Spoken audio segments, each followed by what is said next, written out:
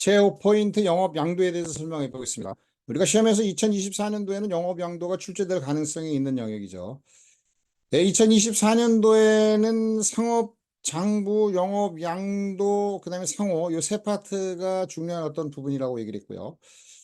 그다음에 이제 우리가 상법의 개념 및 적용에 대한 부분도 나올 때가 됐다라고 했고, 그다음에 상업상인에 관한 문제는 매년 거의 빈출되는 영역이기 때문에 2023년도에 상업상인의 전반적인 문제가 나왔다 해도 상업상인은 다시 살펴봐야 된다. 그래서 5포인트를 상법 총칙에서 찍었어요. 그래서 2문제 내지 3문제 정도 나오고, 많이 나오면 4문제도 나올 수 있는데 두세 문제를 이제 봐야 되는 거죠. 자, 영업 양도에 대해서 설명해 보겠습니다. 이 영업 양도는 조문으로 보면 41조부터 45조까지 조문이에요. 이 5개 조문을 통해서 시험에서 이제 우리가 한 문제가 나오는 거죠. 그 다음에 이제 부가적인 어떤 상법 이론에 대한 어떤 부분들은 종래 기출문제에서 나와 있던 어떤 내용들을 한번 정리해 봤습니다. 한 10개년 정도에 출제됐던 영역들이죠. 자, 상법 조문을 보겠습니다. 41조입니다. 이 41조의 내용들을 보면요. 처음에는 이제 우리가 1항과 2항으로 나눠져 있는데, 1항에서는 우리가 다른 약정이 없는 경우예요.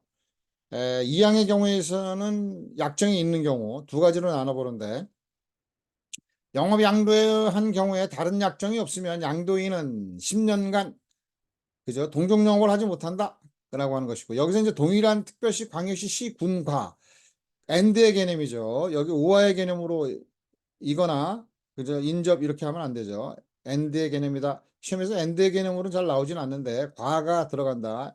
그죠? 오화가 아니다라고 하는 걸 우리가 기억을 해두고요. 그래서 다른 약정이 없으면 10년간 동종영업을 하지 못한다. 양도인이 동종영업을 하지 아니할 것을 약정한 경우죠. 이 약정한 경우에서는 동일과 인접 행정구역에 하나여 20년을 초과하지 아니한 범위 내에서 그 효력이 있다. 20년까지만 효력이 있다는 거죠. 30년을 우리가 약정을 했다면 20년은 유효하고 10년은 무효다라고 하는 거죠. 시험에서 과거에는 그렇게도 나왔어요. 30년을 약정하면 모두 무효다. 틀리는 거죠. 20년은 유효다. 자, 그 설명입니다. 양도인과 양수인에 대한 설명인데요. 양도인은 상인이어야 되고요. 양수인은 상인, 비상인 모두 가능하다. 영업양도 계약에 있어서 양수인은 반드시 상인일 필요가 없다라고 하는 거죠. 18년도에 출제가 됐고, 영업양도의 당사자는 회사 이외에 자연인도 될 수 있다. 이거 자연인도 될 수 있다라고 하는 건 합병하고 구분해 보는 거예요. 영업 양도와 합병이 거의 비슷한 어떤 양태로 이제 이루어지는 어떤 부분인데, 영업 양도의 당사자의 경우에 있어서는 회사뿐만 아니라 자연인도 되는데, 합병의 경우에 있어서는 당사자가 모두 회사이다 라고 하는 구분을 하고 넘어가는 거죠. 자, 그렇게 이제 한번 보고요. 두 번째, 다른 약정이 없는 경우는 10년간 동종영업을 하지 못한다. 다른 약정이 없는 경우 꼭 외워야 되죠. 약정이 있는 경우에는 20년까지만 효력이 있다. 25년 하면은 20년은 무효고, 5년은 20년, 무효가 아니고 20년은 유효고, 5년은 무효다. 25년 모두 무효다. 그럼 틀리는 거죠. 자, 그래서 41조를 이렇게 살펴봤고요. 42조를 보겠습니다. 상호를 소유하는 양수인의 책임. 영업 양수인이 양도인의 상호를 계속 사용하는 경우에는 이렇게 나와 있는데, 속용한다는 건 이제 계속 양수인이 양도인의 상호를 계속 사용하는 경우예요. 이 경우는 이제 외관주의가 존재한다라고 하는 거죠. 우리가 이제 그 상법의 이념 중에 외관주의라고 하는 게 나타나는데, 이 외관주의라고 하는 것은 외부로 나타나는 사실과 실제 사실이 서로 다른 경우에 외부로 나타난 사실을 믿고 거래한 선의 제3자를 보호하는 겁니다. 외관주의는 선의 제3자를 보호하는 것이고, 악의 제3자는 보호하지 않죠. 그래서 이제 외관주의에 입각하여 이렇게 돼 있고, 이제 외관주의를 두고 있는 것은요, 우리가 상법의 이념의 경우에 있어서 우리가 시험에 한번 최근 나온 적이 있긴 한데, 이런 것들이 이제 문항으로 들어가긴 하죠. 기업의 유지 강화와 거래의 안전 신속화가 두 가지가 이제 이념의 어떤 속한데, 거래의 안전 신속화에 해당되는 경우에 거래의 안전과 신속화 그러면 서로 상충되는 개념이잖아요. 그럼 어떻게 보호할 거냐? 그래서 외관주의의 이념을 우리가 인정하고 있는 거죠. 그게 외관주의입니다. 거래의 안전을 보호하면서도 신속하게 거래하기 위해서 외관주의를 입각해서 한다. 상거래는. 그런 어떤 내용들이고, 시험에서는 이제 최근에는 그런 내용들은 거의 나오지 않는데, 최근에 한번 보여준 건 근데 그거는 우리가 내용만 좀 이해하고 그랬죠. 뭐 이해를 하고 넘어가고 뭐 이념이 어떻고 이런 거는 다 복잡합니다. 자, 그래서 42조 1항 다시 한번 보면요. 영업양수인이, 그죠? 양도인이 상호를 계속 사용하는 경우에 양도인이 영업으로 인한 제3자의 채권, 제3자의 채권 그러면 양도인은 채권자입니다. 그래서 양도인이 채무자가 되는 거죠. 다시 얘기하면 양도인은 영업으로 일어난 채무에 대하여 양수인도 변제할 책임이 있다.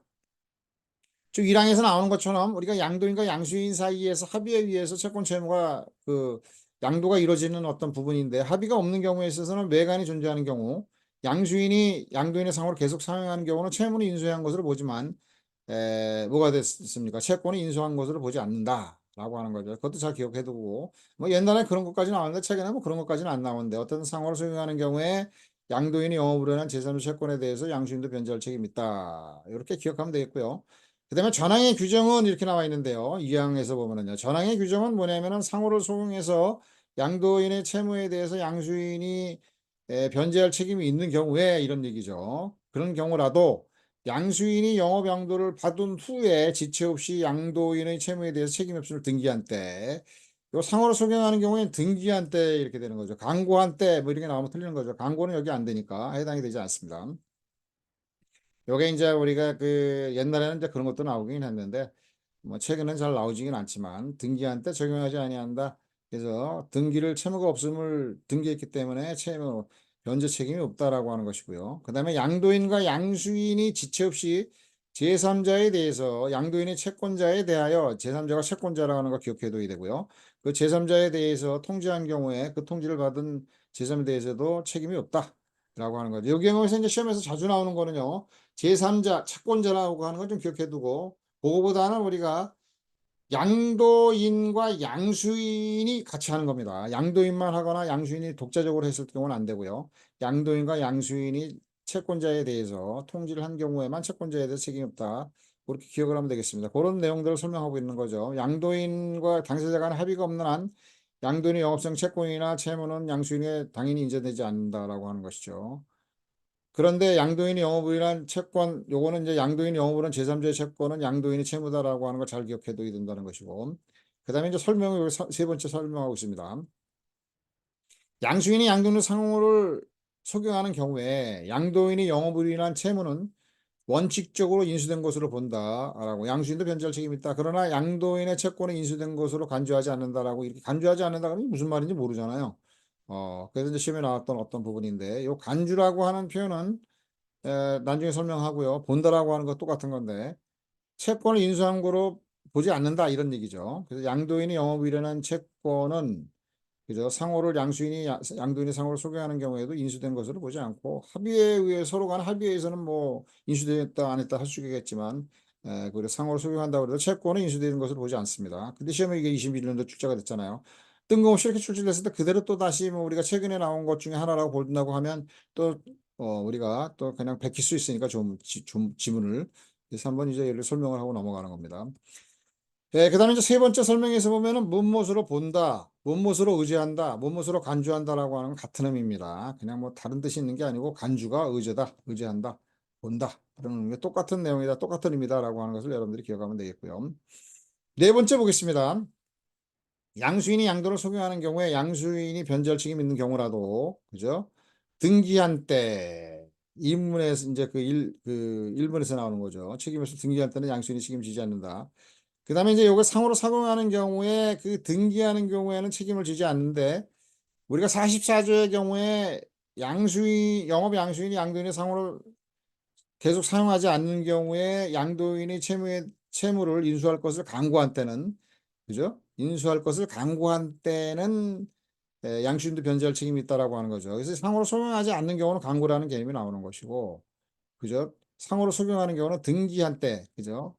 양도인의 채무에 대한 책임이 없음을 등기한 때는 양수인이 책임지지 않는다라고 하는 거죠. 이런 것도 굉장히 까다로운 문제로 과거에는 나왔는데 최근의 경우는 뭐 이런 것까지 나오지는 않습니다. 어쨌든 간에 책임이 없음을 등기할 때는 양수인이 책임지지 않고 제3자 채권자에 대해서 통지할 때는 양도인과 양수인이 같이 해야 된다라고 하는 거죠. 요거 이제 두 번째 설명하는 거죠. 제3자는 채권자를 얘기하는 것이고 통지하는 경우에 양도인과 양수인이 혼자 한 경우는 책임을 면하지 못하지만 양도인과 양수인이 지체 없이 함께 해야 된다라고 하는 것이고요. 42조에 관한 내용들이 시험에서는 제일 많이 빈출하게 나오는 내용들이고 여러분들이 기억을 하면 좋겠고요. 43조입니다.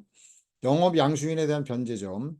전조 제1항의 경우에 42조 1항의 경우에 양도인이 영업을 위한 채권에 대해서 그죠? 채권이라고 하는 것은 원칙적으로 양수인이 양도인의 상호를 계속 사용한다고 해도 인수되는 건 아니지만 그 채권자에 대한 채무자가 인수된 것으로 보고 선이란 말이에요. 아기가 모르고 있었단 말이죠. 중대한 가실 없이, 가실 있으면 안 되고, 선이며 중대한 가실 없이 양수인에게 변제일 때 인수된 것으로 착각을 해가지고, 채권자한테, 그 양도인한테 변제하지 않고 양수인에게 변제할 때 그 효력이 있다라고 하는 것이고요. 이런 경우에 이제 양수인에게 변제됐을 경우에는 양수인이 권리자가 아니잖아요.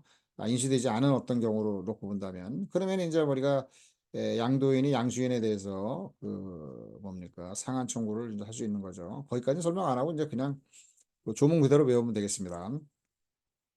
양도인이 그죠? 양도인이 채무에 대해서 상호를 양수인이 상호를 사용하는 경우에 양도인의 채권이죠. 양도인의 채권에 대해서 채무자가 양수인에게 선의며 중대가시 없이 변제한 경우는 양수인에 대해서 효력이 있다. 43조 내용은 그 내용이고요. 그 다음에 44조를 보겠습니다. 이 44조의 경우는 보면은 채무인수를 강구하는 경우, 요거는 이제 상호를 승인하지 않는 경우죠. 상호를 계속 사용하지 아니하는 경우에 양도인이 영업으로 인한 채무를 인수할 것을 강구한 때 양수인도 변제할 책임이 있다. 여기서 이제 강구라고 하는 거는 상호를 계속 사용하지 않는 경우다라고 하고 이렇게 기억을 하면 되겠고요. 자, 45조 다시 한번 보겠습니다. 45조로. 다시 한번 보는 게 아니고 45조를 보겠습니다. 영업양도인의 책임의 존속기간, 영업양수인이 42조 1항에 의해서 변제 책임이 있는 경우, 그다음에 전조 규정에 의해서 그죠 양도인의 영업으로 인한 채무를 인수할 것을 강구해가지고 변제 책임이 있는 경우죠. 그래서 양수인이 변제 책임이 있는 경우에 41조 1항 또는 44조에 의해서 양도인의 제3자에 대한 채무는 양도인의 채무입니다. 채무는 영업양도, 그죠? 42조의 경우는 영업양도가 되어 있고요. 42조 내용을 설명하면서 강고 후 2년이 경감을 소멸한다. 이렇게 나온 적도 있어요. 종래에는. 그러나 이제 최근에는 그렇게까지는 안 나오고. 영업양도, 강고 후 그럼 틀리는 거고, 영업양도가 되어야 되는 것이고, 44조는 강고 후 2년이 경감을 소멸한다. 자, 이 내용의 경우에 있어서 보면요, 우리가 그 양도인과 양수인이 양수인이 영업에 대한 어떤 변제 책임이 있는 경우에도 양도인도 책임을 지는 것이고요. 그다음에 이 양도인의 책임을 2년이 경과하면은 이제 책임이 소멸한다라고 하는 것이고요. 2년이 지나면 이제 그냥 없어지는 거죠. 그런데 그 양수인이 아직까지 2년이 지나고도 그 채무를 그냥 변제하지 않고 있다고 하면 양수인의 책임은 변하지 않습니다. 소멸하지 않습니다. 양도인의 책임만 2년간 책임지고 소멸한다라고 하는 거. 그것까지도 뭐 설명을 했었던 건데 거기까지는 뭐 아니고 그냥 좁은 내용으로 41조에서 45조까지 내용을 우리가 잘 공부하면 되겠고요. 여기서 이제 보겠습니다. 그냥 설명한 내용을 다시 보면 채무인수를 강구한 양수인이 양도인의 영업상의 채무에 대해서 변제 책임을 부과하는 경우 채권자에 대한 양도의 채무는 강고 후 2년이 경과하면 소멸한다. 영업양도 2년이 아니다라고 하는 것이고요. 섞어서 이제 나와서 하면 틀리는 거고요. 양도인이 경과하면 채무에 대한 책임은 면하나 양수인은 변제하지 않고 있다면 변제 책임을 채무를 면하지 못한다. 양수인도 2년이 지나면 양도인도 양수인도 채무 면제 그 책임을 면한다라고 하면 틀리는 거죠. 양수인은 이제 조금 경우가 다르다. 양도인의 제3자, 여기는 이제 양도인의 채권자다라고 하는 부분이 되는 것이고요. 음, 양도인이 제3자에 대한 채무, 그러니까 양도인이 채권자에 대한 채무는 이렇게 되는 거고요. 영업양도 상호를 소개하는 경우, 강고 소개하는 경우, 우리 혼동하지 말라라고 하는 것이고요. 자, 우리가 이제 상법 부가 이론이다라고 하는 거는 이제 기출문제에서 나온 내용들을 좀 한번 살펴본 건데, 한번 쭉 우리가 이런 것들도 이해하고 넘어가면 좋겠습니다. 시험에서 좀 알고 들어가면 혹시라도 까다롭게 나왔을 때 틀릴 필요가 없는 거죠.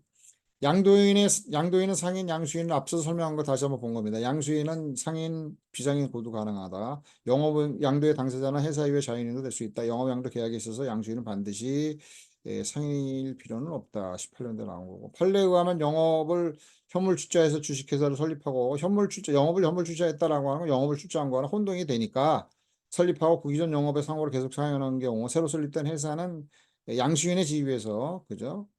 양도인의 그죠? 존속회사의 어떤 경우죠.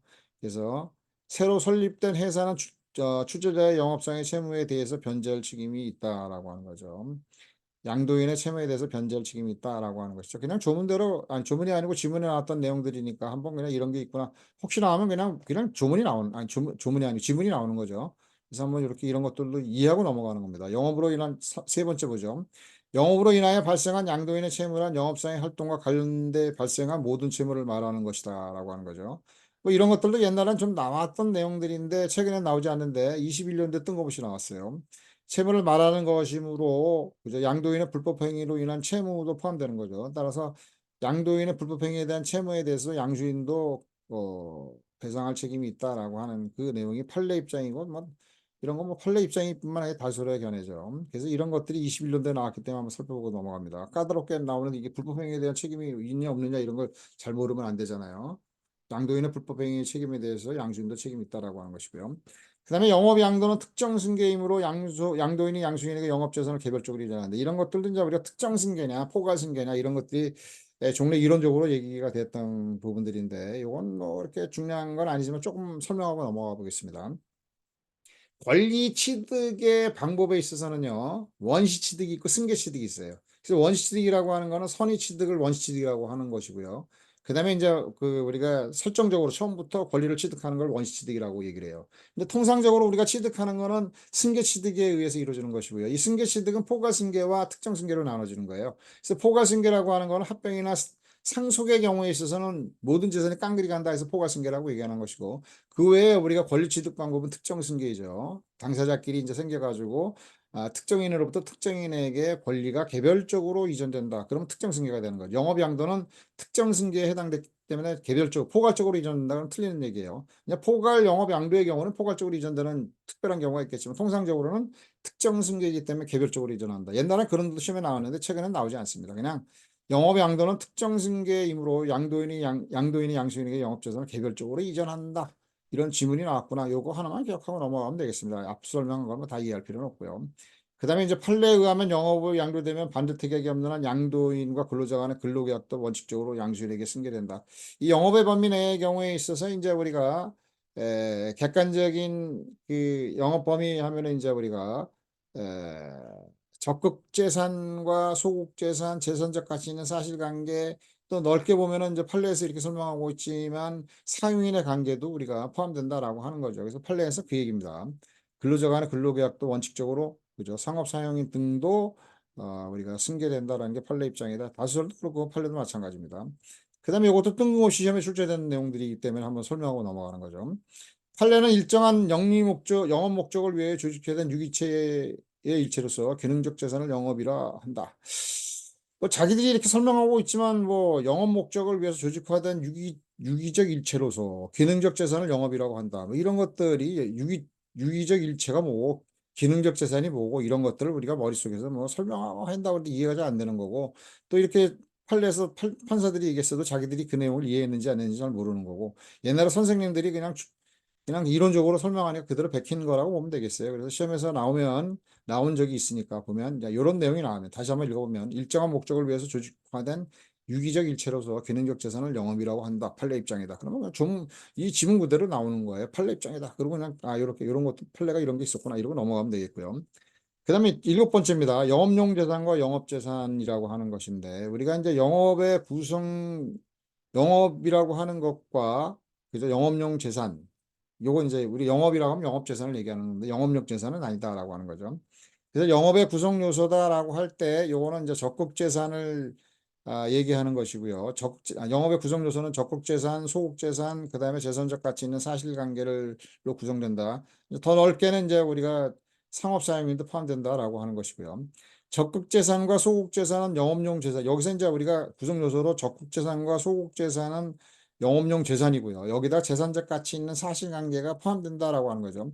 이제 영업의 범위에 재산적 가치 있는 사실관계다라고 하면은 대표적인 게 이제 영업의 비결이에요. 우리가 조그만 경우에 이제 그 양도인의 영업의 비결을 양수인이 전수받아가지고 해야 되는 부분들이잖아요. 그래서 그 비결도 영업의 범위에 포함된다. 재산적 가치 있는 부분이요.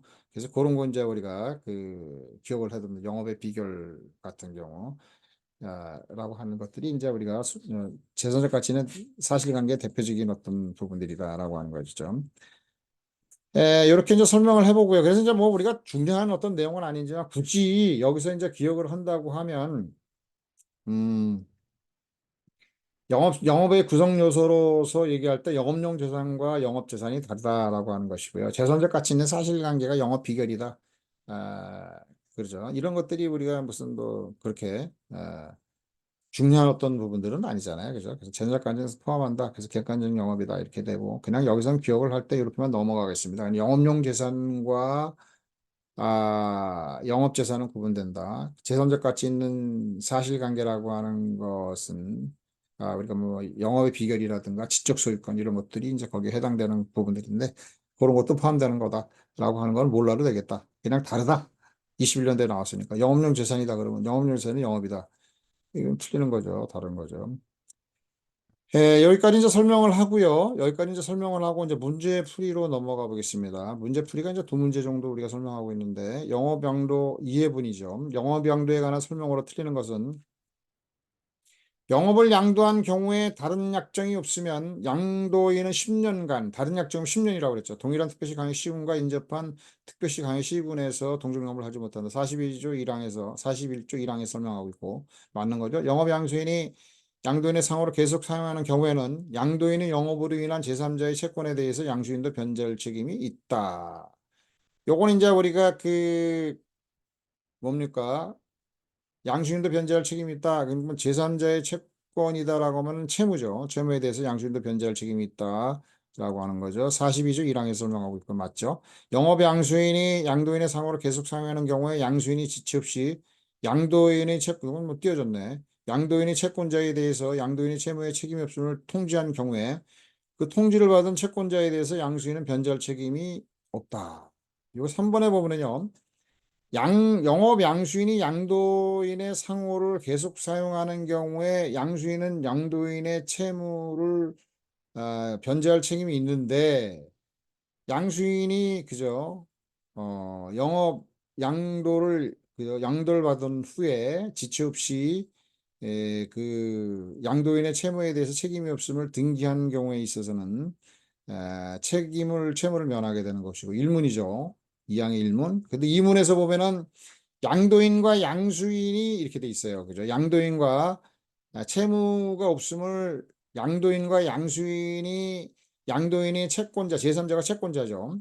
제3자 채권자에 대해서 통지를 한 경우에 채권자에 대해서 책임이 없다라고 하는 거죠. 그래서 여기서는 이제 양도 경우에 지체 없이 양도인의 채권자에 대해서 양도인의 채무 책임이 없음을 통지한 경우에 있을 때 이건 양수인이 독자적으로 하는 거잖아요. 그래서 틀린 거죠. 양도인과 양수인이 지체 없이 이렇게 돼야 되는 겁니다.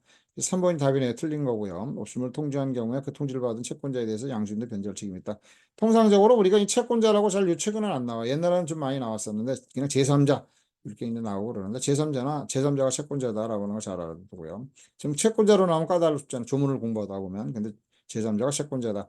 그다음에 4번째 문항 보겠습니다. 영업 양수인이 양도인의 상호를 계속 사용하는 경우에 양도인의 영업이란 채권에 대하여 채무자가 선의이며 중대한 가실 없이 요거를 그냥 우리가 41조 1항의 경우에 뭐 이런 식으로 나오면 틀리는 거죠.